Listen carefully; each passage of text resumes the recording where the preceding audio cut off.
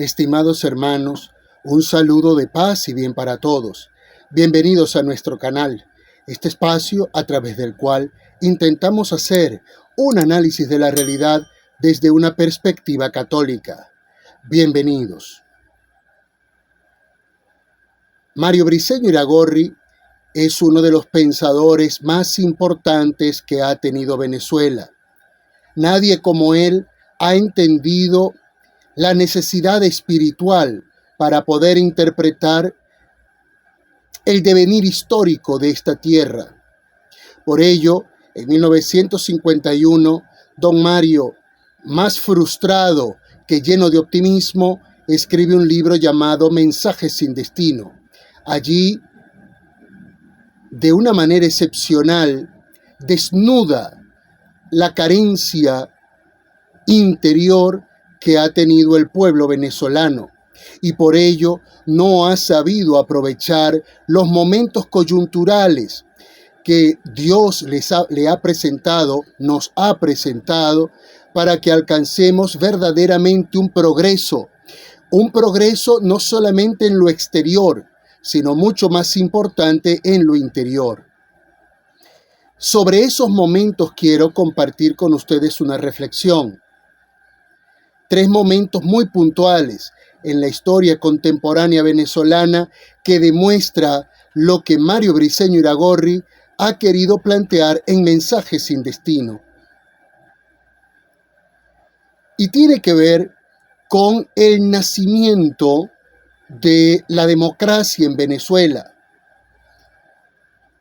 La democracia que nace, a mi juicio, primeramente en una idea, en un proyecto, en un espíritu, que luego, si hacemos lo que nos corresponde, sin duda podemos llevar al exterior y construir un país democrático de manera sólida. La democracia, a mi juicio, nace en Venezuela por un gesto aparentemente sin importancia, aparentemente irrelevante, pero que si logramos ver con mucha atención nos vamos a dar cuenta de a lo que me refiero. Juan Vicente Gómez muere y asume el país, asume la presidencia, el general Eleazar López Contreras. Lo primero que el general López Contreras hace como acto de gobierno es cambiar su uniforme militar por el uniforme civil, por la vestimenta civil. Pareciera ser esto un acto irrelevante, pero que tiene toda una carga simbólica extraordinaria, porque en ese pequeño gesto a mí me da la impresión que Venezuela comienza a dar pasos hacia la democracia, con la finalidad de dejar atrás esos tiempos llenos de totalitarismo militar y que tanto daño le hizo al país. Si bien es cierto, logró perfilarlo, logró instituir las bases de lo que será la Venezuela futura, porque a ese periodo se le debe la organización del Estado venezolano, fundamentalmente con Juan Vicente Gómez. No todo se quedaba en fachada, no todo podía reducirse a apariencia. Tenía que haber una construcción hacia adentro que permitiera que entonces lo que había fuera compaginara con lo que había dentro y pudiéramos caminar en ese perfecto equilibrio hacia el futuro. Con ese pequeño gesto, pareciera que Eleazar López Contreras lo había entendido. El tiempo avanza, hay un cambio de gobierno, se producen unas elecciones y el resultado arroja como ganador a Isaías Medina Angarita.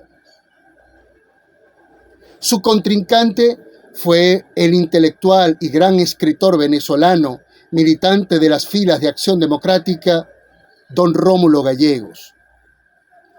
Isaías Medina Angarita asume la presidencia y allí, a mi juicio, comienza a trabajarse en función de establecer un espíritu democrático que pudiera canalizar los caminos de Venezuela hacia un progreso cierto, certero. Todo parecía que se estaba produciendo. El gobierno de Medina llegaba a su final. Y aquí va a gestarse el primero de estos tres momentos. Se buscaba un candidato que pudiera de alguna manera unir a todas las fuerzas políticas del país. Y se logró en la figura del doctor Diógenes Escalante, un hombre que tenía todo un desarrollo pleno en la vida diplomática venezolana, un hombre con contactos, un hombre muy conocido, un hombre muy instruido y con un espíritu de la venezolanidad muy bien definido. Todo parecía indicar que Venezuela se enrumbaba hacia mejores destinos. Sin embargo, la fatalidad asoma su rostro. Para sorpresa de todos, el doctor Diógenes Escalante, un hombre lúcido, con ideas preclaras, termina volviéndose loco y rompiendo con ello la unidad que se había alcanzado en Venezuela. El gobierno de Medina Angarita propone como candidato sustituto al doctor Ángel Biagini. Los partidos de oposición, entre ellos fundamentalmente Acción Democrática, no vieron con buenos ojos ese cambio, dado que el doctor Biagini formaba parte del gobierno de Isaías Medina Angarita. Y este acto fue interpretado como una pretensión de eternizarse en el poder. Paralelamente a esto, Eleazar López Contreras quería también volver a la primera magistratura de Venezuela. Este ambiente precipita el segundo momento al que quiero hacer referencia, el 18 de octubre de 1945. El 18 de octubre de 1945, Acción Democrática, junto con algunos jóvenes militares, derrocan al gobierno de Isaías Medina Angarita. Este golpe de Estado estaba efectivamente planificado. Sin embargo, ese espíritu improvisador, ese afán de tener el poder ya que ha caracterizado tanto al político venezolano, hace que el golpe se adelante hasta un mes. Un golpe completamente injustificado, sin ninguna necesidad, porque los canales del diálogo estaban abiertos. Y hasta los momentos el gobierno de Medina Angarita había dado garantías de ser un gobierno con espíritu de diálogo, con apertura hacia el diálogo y además con deseos de abrir caminos a la democracia venezolana. Bueno, nuestra crisis de pueblo nuevamente, nuestro afán por el poder, la distorsión del país político, del país histórico, implican el golpe de Estado. Medina es defenestrado del poder, asume la presidencia una junta cívico-militar encabezada por Rómulo Betancourt, un Rómulo Betancourt muy distinto al que conoceremos luego de 1958. Es un Rómulo Betancourt radical, muy inclinado al socialismo, y que quería acaparar en su partido Acción Democrática todo el poder venezolano. Hay unas elecciones, el resultado brinda como ganador a don Rómulo Gallegos. Pero al poco tiempo, estos jóvenes militares que habían acompañado a Betancourt en el derrocamiento de Medina y que eran los niños mimados de Rómulo Gallegos, entre ellos su hijo predilecto, Carlos Delgado Chalbot, lo derrocan. Gallegos es enviado al exterior junto a Betancur y a muchos dirigentes de Acción Democrática y se instaura una junta militar encabezada por Carlos Delgado Chalbot. Carlos Delgado Chalbot, un militar asimilado, un militar culto, formado en Francia, con altos vuelos intelectuales, aunque muy parco a la hora de hablar y de relacionarse con los demás, estaba consciente de el papel que históricamente Venezuela le reclamaba. Venezuela le reclamaba abrir los caminos hacia la democracia tantas veces postergados, incluso por él mismo. Postergado con el caso de Diógenes Escalante, postergado con el derrocamiento de Isaías Medina Angarita, y ahora él tenía esa oportunidad. Sin embargo, nuevamente la crisis de Pueblo. Sus compañeros de gobierno, militares, como se dice por toda la calle del medio, no tenían la intención ni el deseo de compartir el poder con los civiles. Para ellos, Venezuela no había madurado lo suficiente para que quedara en manos de civiles. Y en 1950, apenas 5 años después del episodio vivido con Diógenes Escalante, se produce el primer y único magnicidio que ha vivido Venezuela, al menos que esté efectivamente documentado. Carlos Delgado Chalbot, en un secuestro, atentado absurdo, ridículo, torpe, es asesinado. Y por supuesto, nuevamente, la democracia, los primeros pasos hacia la democracia tienen que postergarse.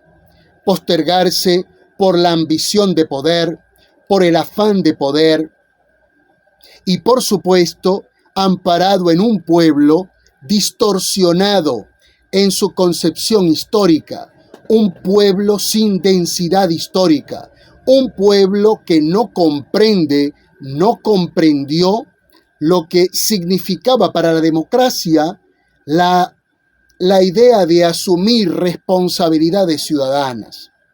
Un pueblo acostumbrado a que se lo dieran todo, a que le dejaran despachado todo. Un pueblo incapaz de asumir su voz de liderazgo dentro del proceso histórico venezolano. Un pueblo en retaguardia. A ese pueblo era el que le hablaba Mario Briceño Iragorri, y su afán por que quienes asumieran las responsabilidades de Estado garantizaran al pueblo cultura, profundidad cultural, conocimiento histórico y, por supuesto, alimentación espiritual. La fe, que para Mario Briceño Iragorri era un elemento sustancial, fundamental, porque sin la fe, nosotros, los hombres, no vamos a entender a cabalidad lo que nos exige la historia.